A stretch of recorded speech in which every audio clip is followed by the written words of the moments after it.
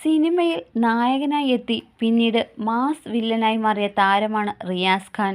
ബാലചന്ദ്ര മേനോൻ സംവിധാനം ചെയ്ത സുഖം സുഖകരം എന്ന ചിത്രത്തിലൂടെ രംഗപ്രവേശം.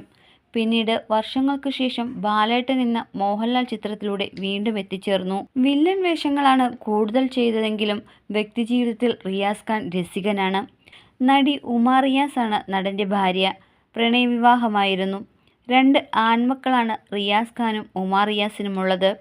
മൂത്ത മകൻ ഷാരിഖ് ഹാസൻ അഭിനയരംഗത്ത് സജീവമാണ്. 2 മതസ്ഥരാണ് റിയാസ് ഖാനും ഉമ റിയാസും. എന്നാൽ ഇതൊന്നും ഇവരുടെ പ്രണയത്തെയോ വിവാഹത്തെയോ ബാധിച്ചില്ല.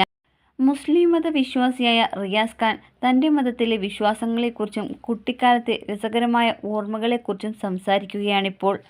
ആരോഗ്യപ്രശ്നങ്ങൾ ഉള്ളവർ റംസാൻ മാസത്തിൽ നോമ്പെടുക്കേണ്ടതില്ലെന്ന് റിയാസ് ഖാൻ പറയുന്നു. "എന്റെ അമ്മയ്ക്ക് മരുന്ന് കഴിക്കാതിരിക്കാൻ പറ്റില്ല. അപ്പോൾ നോമ്പെടുക്കാൻ സാധിക്കില്ല." ആരോഗ്യപ്രശ്നങ്ങൾ ഉള്ളവർ നോമ്പെടുക്കേണ്ടതില്ലെന്നും റിയാസ് ഖാൻ വ്യക്തമാക്കി.